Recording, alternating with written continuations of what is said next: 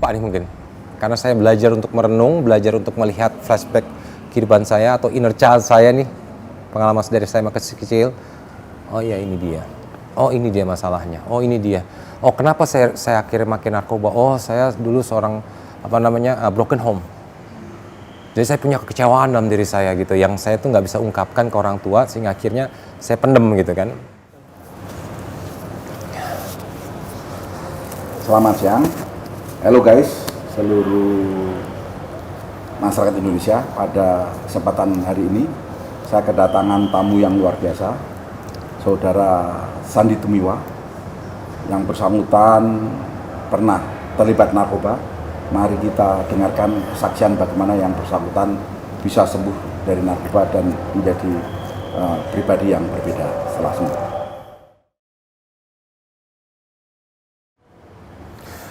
Iya, saya mengenal narkoba itu dari tahun 97 ya, zaman saya SMA. Biasa nama anak gaul, kita bergaul, terus akhirnya saya pertama kali mencoba yaitu putau ya dulu. Saya pakai putau tahun 97 itu bersama kawan-kawan juga. Karena saya pengen dianggap aja gitu, dianggap keren gitu. Ini gue pakai putau loh, kayak gue mau eksistensi, saya mau tuh eksistensi ini loh diri saya coba-coba akhirnya. Tapi saya pada waktu itu bersyukur, kenapa?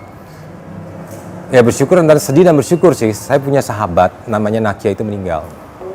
Dia ternyata banyak banget suntikannya di tangannya, dan saya dikasih tahu sama keluarganya dia meninggal, dikasih lihat banyak tangannya kesuntikan semua. Dari situ saya berhenti. Tapi saya kan nggak tahu pendidikannya, saya nggak tahu pengetahuan itu. Akhirnya saya mulai gantilah dengan berarti putau parah nih, saya nggak mau, gue serem gitu kan. Saya sedih banget di situ beneran. Tapi saya pakai sampai bikin bikin band namanya Nakia dulu. Waktu itu sama Irma Darmawangsa.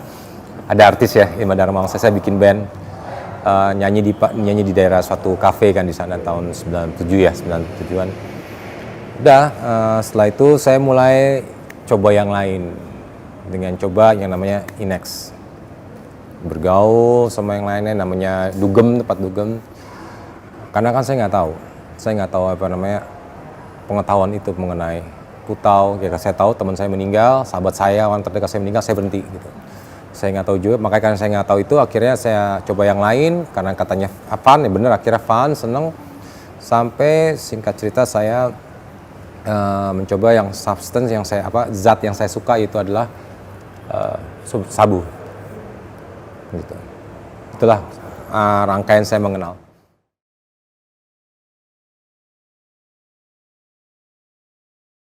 Awalnya nggak gampang, susah. Karena ya saya nggak tahu, pertama kan saya mau ngomong ke siapa. Saya sama polisi takut dulu. Apalagi sama BNN saya takut dulu. Saya nggak ngerti soalnya. Saya kan yang ada saya itu kayak malah jadi menjauhkan diri dari semua gitu. Bahkan saya menutup diri dengan keluarga saya. Jadi saya nggak mengetahui diri saya itu seperti itu gitu. Bahkan saya akhirnya menyangkal diri saya seperti itu gitu. Enggak, gue baik-baik aja kok gitu. Gue baik-baik aja, gue masih bisa syuting, gue masih bisa kerja. Buktinya gue lihat dong kerjaan gue banyak ini. Tapi akhirnya ya udah. Ya saya sih bersyukur ya dengan yang namanya hit the bottom.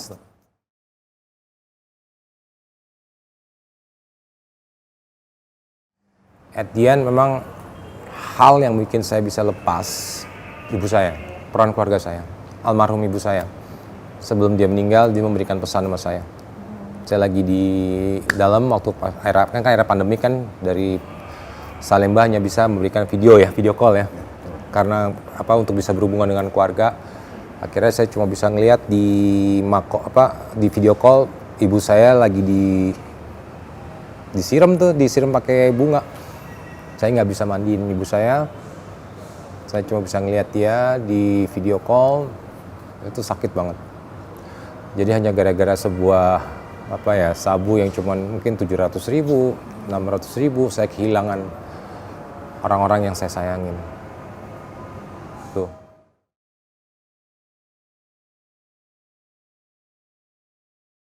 Ya akhirnya waktu itu kan saya pas kan berkas saya waktu itu kan di Mahkamah Agung saya mendapatkan 127, saya bersyukur.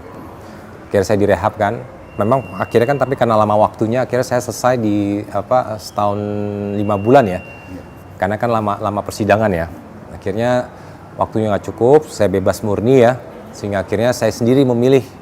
Karena waktu itu juga almarhum ibu saya waktu sempat kan pernah kunjung datang ke tempat saya ditahan dulu kan di Salma, bilang kamu kapan sih direhab gitu.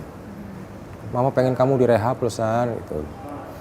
Nah, itu yang selalu terngiang-ngiang saya, amanah mama saya itu minta saya direhab.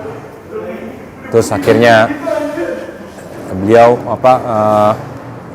mengamanahkan saya, mama tuh nggak pengen apa-apa sama kamu San. Mama cuma pengen kamu tuh jadi anak yang baik. Jadi 2 poin itu gitu. Sehingga akhirnya pas saya keluar dari tahanan, saya langsung meminta untuk ke rehabilitasi. Memang saya waktu itu kan diarahkan sama lawyer saya tidak ke BNN waktu itu ya, ke rehab yang lain gitu. Makanya dari sini pun saya terus ingin mendekatkan diri saya kepada tempat rehabilitasi center kan. Karena apa? Saya ingin terus mendapatkan pengajaran itu. Memang waktu di tempat rehabilitasi mengatakan, pertama-tama kamu harus sadar kalau kamu itu udah berantakan. Saya pas di dalam isolasi, waktu saya akhirnya memilih ke tempat rehabilitasi itu, ya saya dibilang sama salah satu konselor bilang begitu, kamu harus sadar kalau kamu itu berantakan. Enggak ya udah diam aja dulu, kamu pikirin aja dulu gitu kan. Akhirnya saya baru sadar, oh iya. Pas saya akhirnya mungkin waktu demi waktu saya diem di tempat isolasi itu, saya memikirkan diri saya, apa yang terjadi dalam diri saya. Walaupun saya memilih loh, saya kan memilih ke rehab kan. Akhir sampai ke ibu semua, oh iya ya, gue udah hancur banget hidup gue ya. Gue udah kehilangan semua yang gue sayang ibaratnya. Gue sekarang tinggal sendiri gitu kan. Dan gue sadarin, iya gue salah.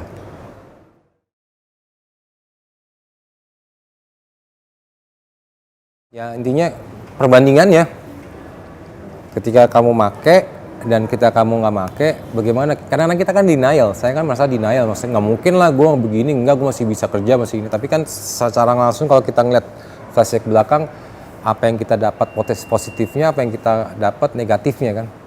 Ternyata yang saya sadarin dalam diri saya banyak banget negatifnya.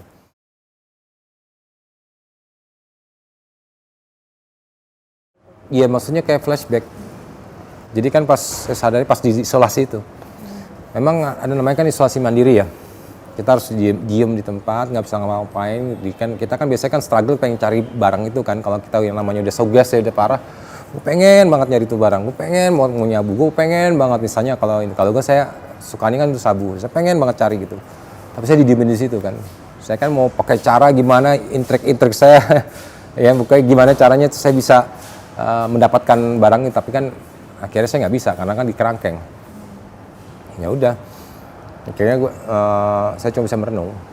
Akhirnya saya cuma bisa sujud, ya dengan ajaran agama saya ya. Saya sujud doa. Akhirnya di situ saya merenung atau namanya tafakur, merenung. Akhirnya saya memikirkan, oh iya. Makanya saya bisa tahu. Dulu kan saya lupa nih mungkin, karena saya belajar untuk merenung, belajar untuk melihat flashback kehidupan saya atau inner child saya nih, pengalaman dari saya masih kecil. Oh iya ini dia. Oh ini dia masalahnya. Oh ini dia. Oh kenapa saya akhirnya makin narkoba? Oh saya dulu seorang broken home.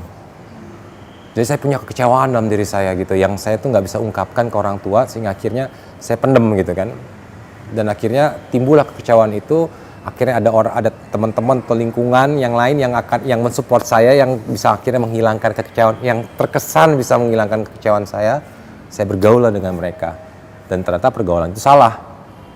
Karena pergaulan mereka kan mungkin ya karena wajar ya, anak muda zaman dulu itu kan pengennya ya kalau drugs itu keren, kata mereka gitu. Padahal yang saya tahu sekarang drugs itu ya not keren, berantakan hidup lah at the end gitu. Tapi kan baru kamu sadar sekarang-sekarang nih.